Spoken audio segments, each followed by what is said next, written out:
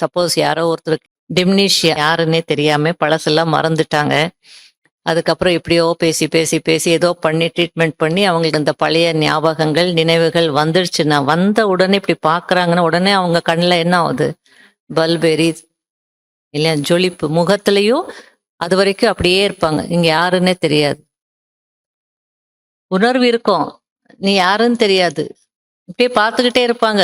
அந்த எதுவுமே அவங்களுக்கு உன்னுடைய நினைவுகள் இருக்கா டிம்னிஷியான்வாங்க. அதனால பாபா வந்து அந்த மாதிரி இருந்தோம், எல்லாத்தையும் மறந்து போயிட்டு நான் யாருன்னு தெரியல இல்லையா, சுற்றி இருக்கிறவங்க யாருன்னு தெரியல. இப்போ அந்த ஞாபகம் வந்தோடனே இவங்க பாபாவா, நான் ஆத்மாவா, இது ஈஸ்வரிய பரிவாரமா அப்படின்னு எவ்வளவு ஜொலிப்பு ஒரு முகத்துல வந்துருது.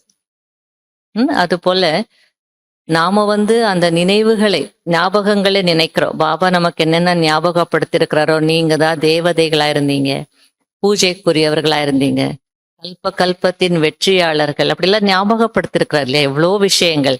அதெல்லாம் நம்ம வந்து நினைக்கும் போது குஷி வரும். நாம அதை நினைக்கிறோம். ஆனா பக்தர்கள் தேவதைகளுடைய மாலையை ஜபம் உருட்டிட்டு இருப்பாங்க. ஒரே ஒரு நினைவு, மற்றதெல்லாம் விடுங்க.